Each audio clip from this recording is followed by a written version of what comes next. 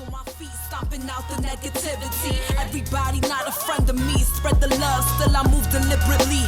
Bully face on, but the smile be heavenly. Brooklyn girls, so they love the energy, love sincerity. So I take the liberty to take them on a journey lyrically. Through hallways and alleys, dark days I carry, sharp pains and bellies. All days be heavy when you're programmed to survive. Legendary ciphers get the MCs in the... Hey everyone, and welcome to another episode of The Next Chapter.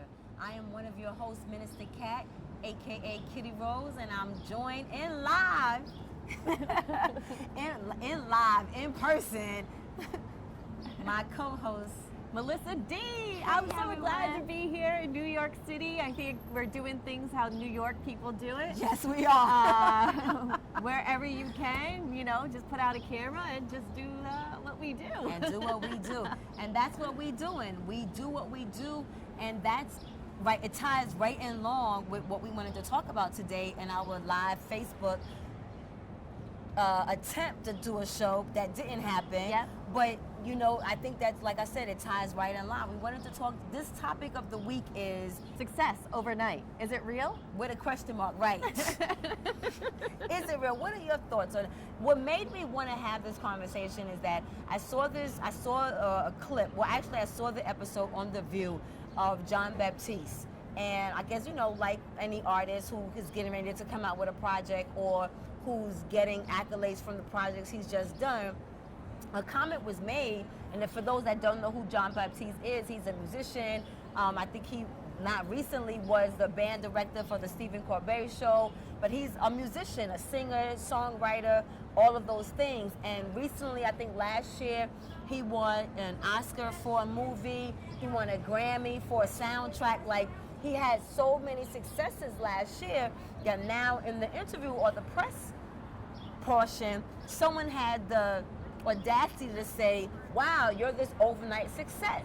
And I got a little offended by that because I felt like that's an illusion to make people think that when you become successful that it happens overnight, and it's not necessarily a process where, even in the interview, he talked about at 17 is when he realized this is what he wanted to do for a living when he was in Juilliard. But from 17 until 40 something is wow, he gets his big break. Yeah. So that's, you know, that's most of his, that's 20 something years before now the world supposedly knows who he is, if the world does know who he is. So I wanted to, as an artist, as a business owner, you as a business owner for the last 6 years, me as a business owner for the last 16 years, plus maybe 17, I lost count, wanted to have the conversation about, does it really take overnight, and why, and what's that overnight success actually really does look like? You know, it's interesting because I really wish that it took overnight, because that would just make things so much easier. But yeah, it's like the small grind. The grind. But then it wouldn't. You don't think? Because that process you learn. That's true. And you adapt. You know what I'm saying? We have to change and adapt to the season, to the trends. We have to learn. Like, so I always think if I got the opportunity that I'm waiting for now 5 years ago, would I've actually been as prepared as I think that I would? You know what I'm saying? Like, I had to sharpen my skills as a public speaker. You know what I mean? Like, I had a friend of mine a few years ago who went to a Jay-Z's concert, and he's a lyricist. And he was in awe of he went to the Barclays Center, and he was at awe of everybody in the stands singing the songs, knowing the songs. And he said, yo, real talk, if I was to get the opportunity right now to be on stage, I'm not ready. But he's ready, but I'm not ready. So sometimes I think that, yes, we do wish it was overnight, but the reality is that there's a blueprint and there's a process, and you have to follow the process, and that's why everyone doesn't always make it, because that process is not an easy one, it's not a fast one, it's not an overnight one. They say, there's a saying that it takes 10 years for your business even to be legit, or it takes 10 years for you to get your big break. You know what I mean? How do you maintain being frustrated during those times? Like right now, your business is 6 years old. 6 years old, yes. The mental health agency, yes. The mental health agency is 6 years old. But right now, you're going through these next chapters. Yes. You're an artist. You're in the NFT world, which is why you're here in New York this week. But lightweight, you're sad because your business is not getting, you're still trying to figure out if you could do payroll next week. Yep. Hopefully my staff does not see this show before next week. Right, but that's a part of it too. Yeah, You know what I'm saying? To make sure that your staff stays committed. You know what I'm saying? Because they don't need to know necessarily what happens behind the scenes. Yeah. But there's stuff happening behind the scenes that unbeknownst to them. Yeah. And especially with being at NFT NYC this week with all these people who have like, I made thousands and millions of dollars off of this picture and that picture, and not get that feeling of like, damn, like where's my break? You know, that comparison. I have a little Post-it note on my desk that says, to compare is to despair. And so to make sure like my comparing isn't going to bring me down, because it easily can, especially with social media. I mean, everybody's saying like their overnight success, or like, I've got 100,000 followers in 1 month. But what I have learned is when people are saying like stuff like that, they're usually trying to sell something, right? That's when that tends to come in, is they're trying to sell something. So it's really hard not to compare yourself with everybody else's success. I remember someone telling me that, you know, a sister, shout out to Soraya Parker, you know, she was like, once you come into your own, and she said, stop comparing yourself, because one, you don't know what's going on in somebody else's household or somebody else's. They said what always glitters don't mean it's gold, you know what I mean?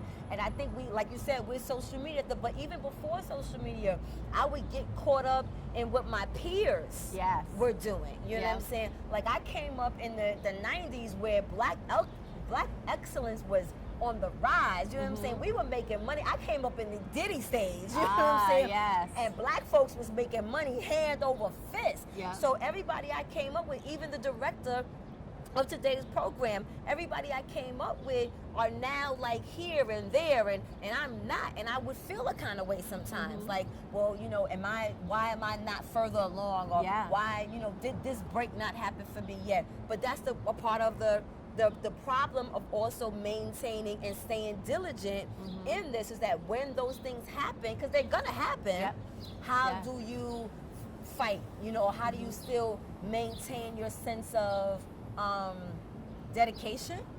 Optimism? I think one of the things that's always helped me is like when I get in a funk, I allow myself to be in that funk for a little bit. Me too. Just let yourself feel the feeling. Me too. And then have faith that I am strong enough that I am going to get through whatever it is that I'm going to get through. Like that is where my strength is being able to, you know, rely on myself, that I am going to be able to survive and I'm going to succeed.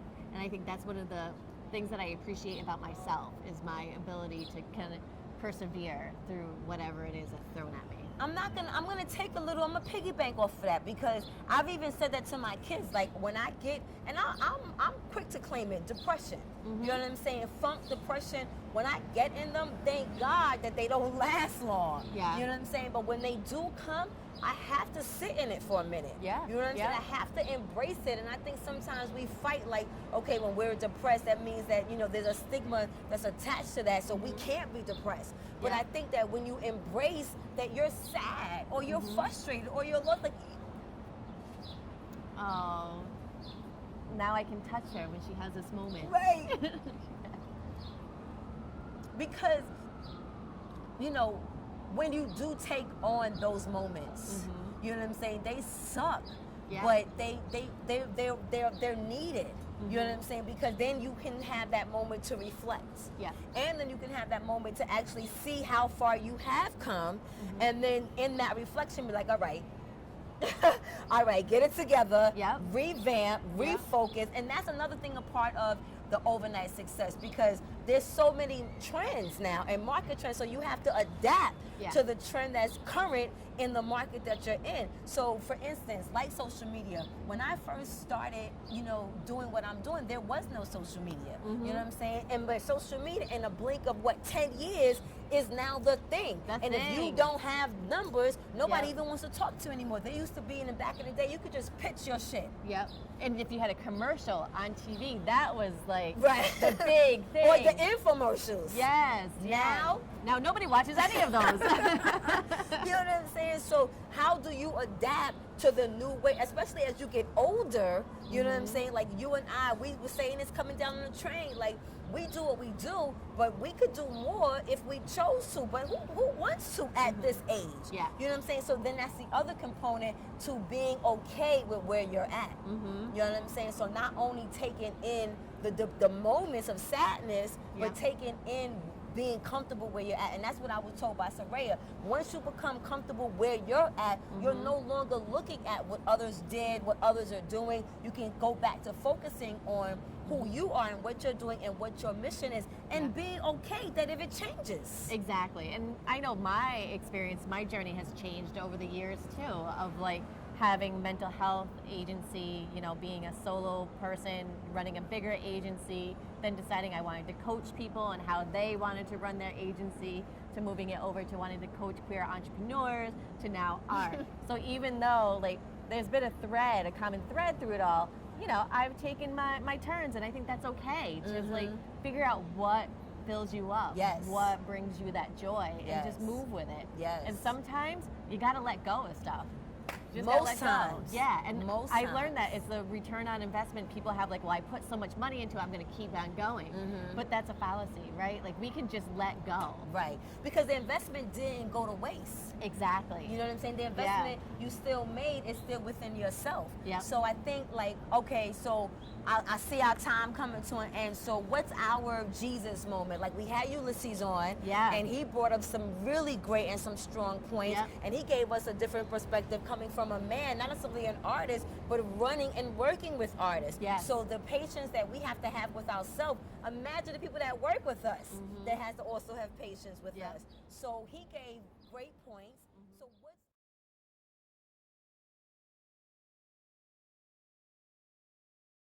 today we have a special spotlight guest that's joining us in the studio. We only have him for a short little bit of time, so let's everybody welcome Mr. Ulysses Scott on the scene today.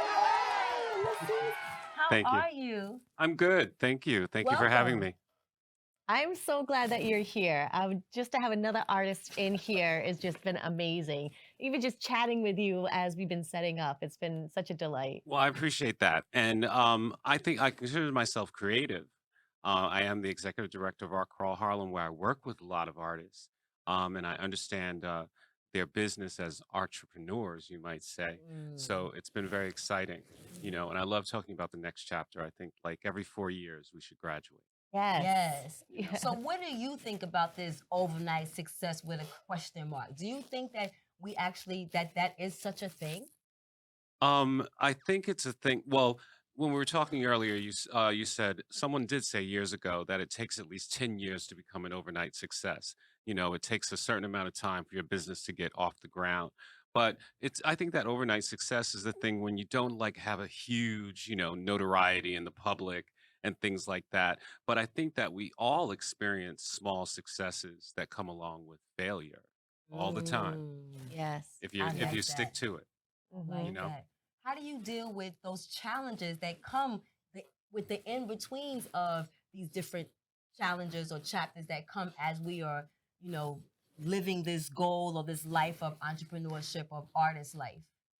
I think I'm lucky in certain ways. I've gone through, you know, depression.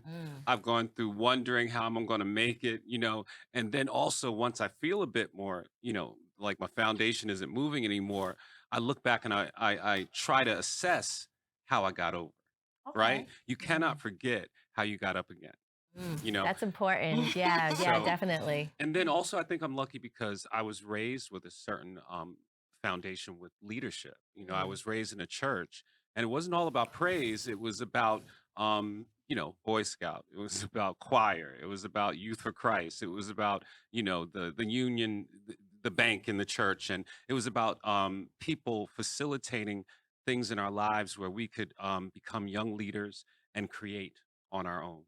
So how did that transition or transcend to your adult life? Because sometimes when we have those seeds planted in our youth, people think that it's just a waste of time. How did that show up in your adult life? Well, it showed up in college because I wanted to be where everyone was running to get a job after school. I became active in a lot of different clubs and in the Senate, and found mentors and professors that were on campus. And so that's always been, I've always been that type of person. And so now, as you know, a relatively older, mature man, I hope that I serve that purpose with for the younger artists Okay. or people that I come in contact with. Has the feedback been of that? Like, do you get young people coming to you and saying thank you, or something you've done touch me, or not even young people, but because you work with artists, so that's already a tempered spirit. Like you having to work with all these different personalities. Yeah. How do you manage that without losing your wig? Um, pills. No. That sounds like That comes with maturity. Okay. Okay, because you know when you were younger and you could just go off in a second, you know, you realize that you can't enter a room like that all the time.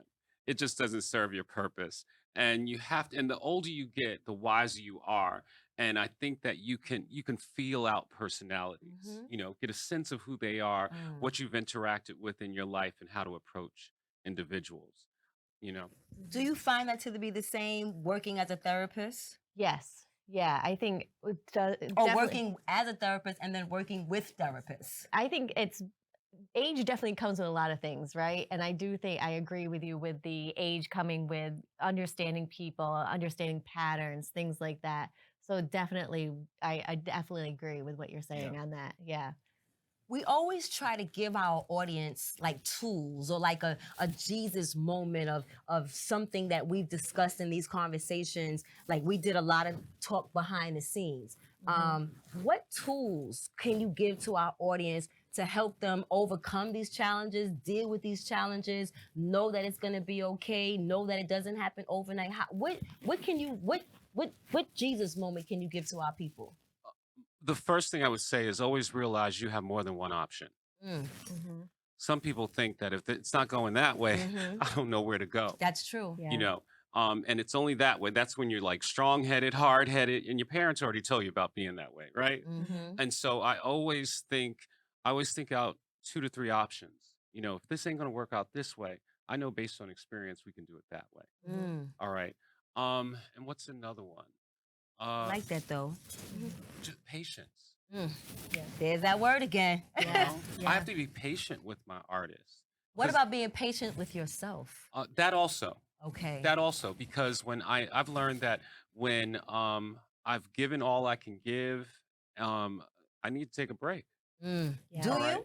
I do. Okay. Sometimes my break is just being able to make dinner.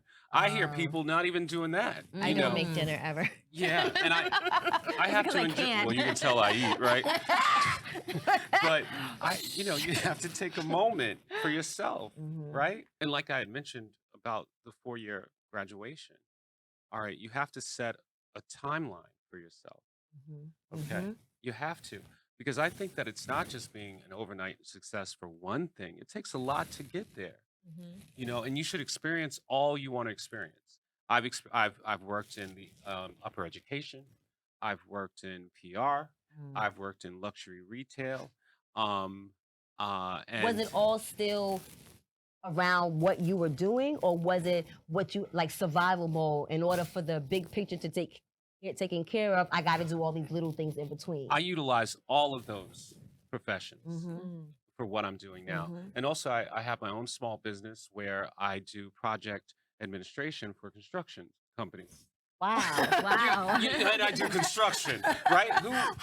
And I do that. That's what keeps my lights on. Okay. You know? And also, I think that you have to invest in yourself. And also, you have to be out there in order to be seen and meet people.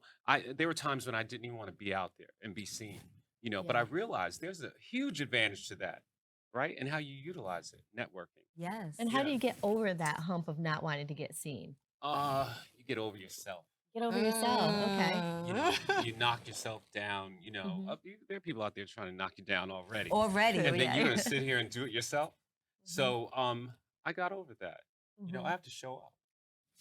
And on that note, he got to show up. Where can people see you showed up at? Because right now you got a whole bunch of things going on in New York City. Yeah. So all of our audience is not in New York, but for our audience that is in New York and New Jersey, what are you inviting them to come and check out? I'm going to invite you all to come and check out Art Crawl Harlem's Art House on Governor's Island. It's our 3rd year there. We have 9 artists involved. 3 of those artists are artists in residence. And no, 6 of the artists are artists in residence. 3 of them are artists doing art installations.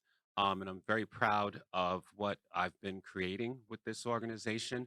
And hopefully in the future, we're going to get back to doing our guided trolley art tours through Harlem.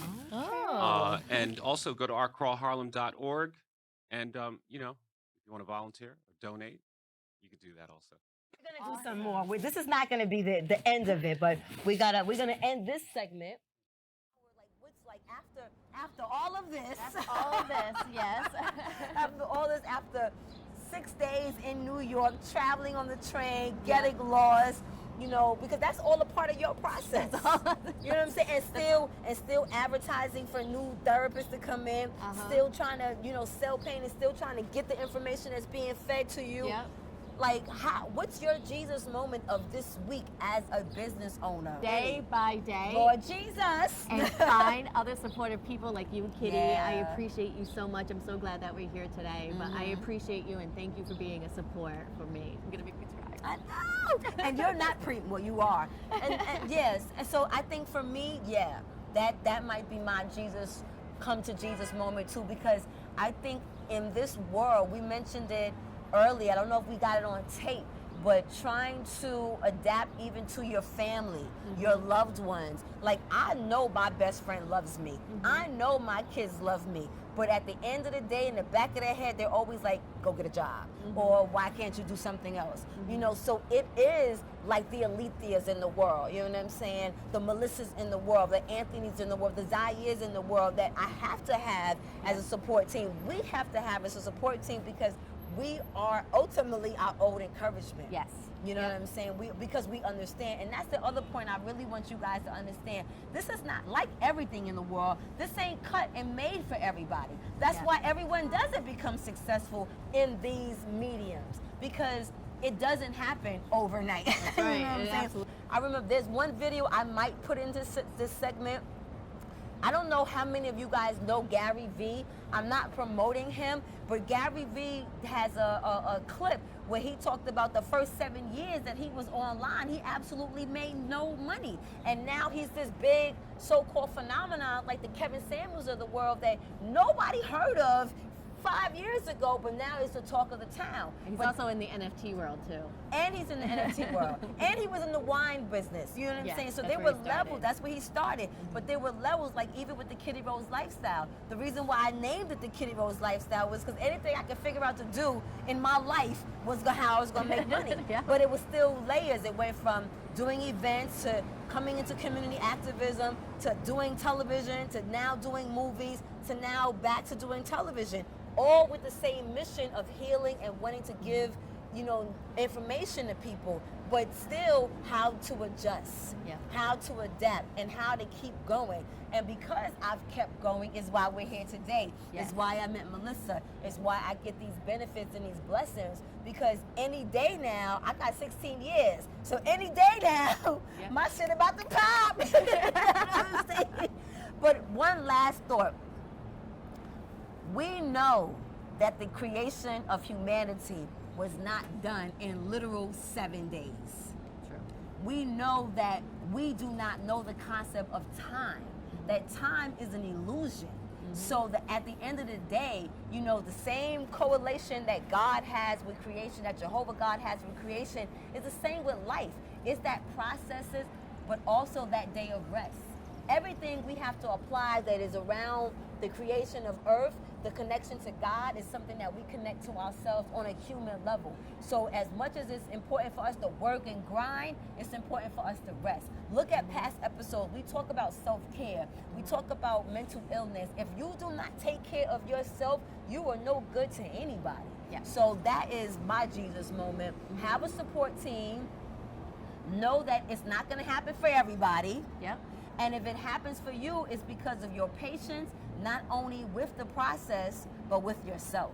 Absolutely. Yeah, man. So on that note, I don't know when we're gonna see each other again in person. I know. So you guys better milk this up, man. But we'll be back to you guys next week, back from the studio, shooting again virtually.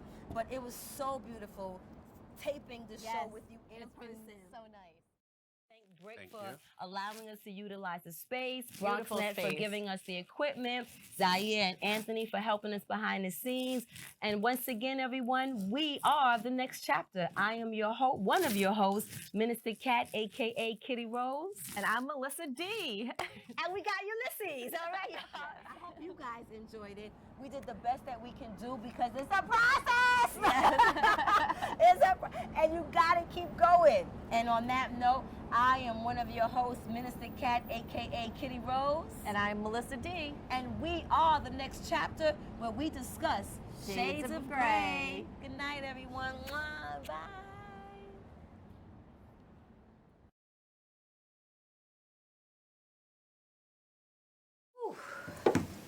Turning 45.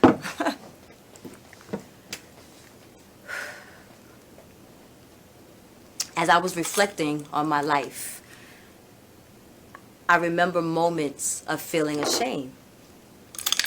I was doing reckless things, childish, foolish things that I thought, I knew what I was doing, but really didn't. You walk around with this attitude that you know it all, and you really don't. So yes, I'm working and I'm feeling like a fly girl in the music and movies, and I'm meeting all these celebrities, but I felt like I didn't connect. I felt like, this wasn't my life. I didn't know when my next dollar was coming in. I felt lost. So, I'm thinking to myself, you have no money, Shalisa. What can you do? This is what I'm thinking. I'm not really thinking of something that I have to invest in. I'm thinking, what can I do to get a quick dollar, because I ain't got no food in the house. Isaiah needs some Pampers. The bills is coming. I don't know when I'm going to get my next gig. What to do? It's just one night. You could do it. I made $50. No one told me that I had to pay out the security, the DJ. There's a woman in the room that gives you clothes, the mother that you gotta pay out. You gotta invest in hair, shoes, clothes. But in my mind, I'm thinking, what quick thing I can do so I can make this money and put some food in my refrigerator. $50 was not making it. Man, hallelujah, I could let him go. And one of my favorite all-time movies, Claudine. That scene where the welfare lady comes and visits, but when Claudine finally gets to get off of welfare and Mr. Welfare Man song comes on, I would pray that one day I would be able to say, no more. I'm independent. I got this. So that 2 years came and I'm done. Rent is paid. I don't owe nobody no money. Everything is good. Last year, I had to reapply. 45 has brought me a peace of understanding that all of this was a process. In foster care, I never knew when I would have to move. So I always had my suitcase ready to go. Then one day, I was adopted. My new parents opened their hearts and home to me. My parents cook my favorite breakfast for me every morning. My parents take me on trips I never thought I would go on. They gave me a home and an even better reason to use that suitcase. My parents aren't perfect, but they're perfect for me.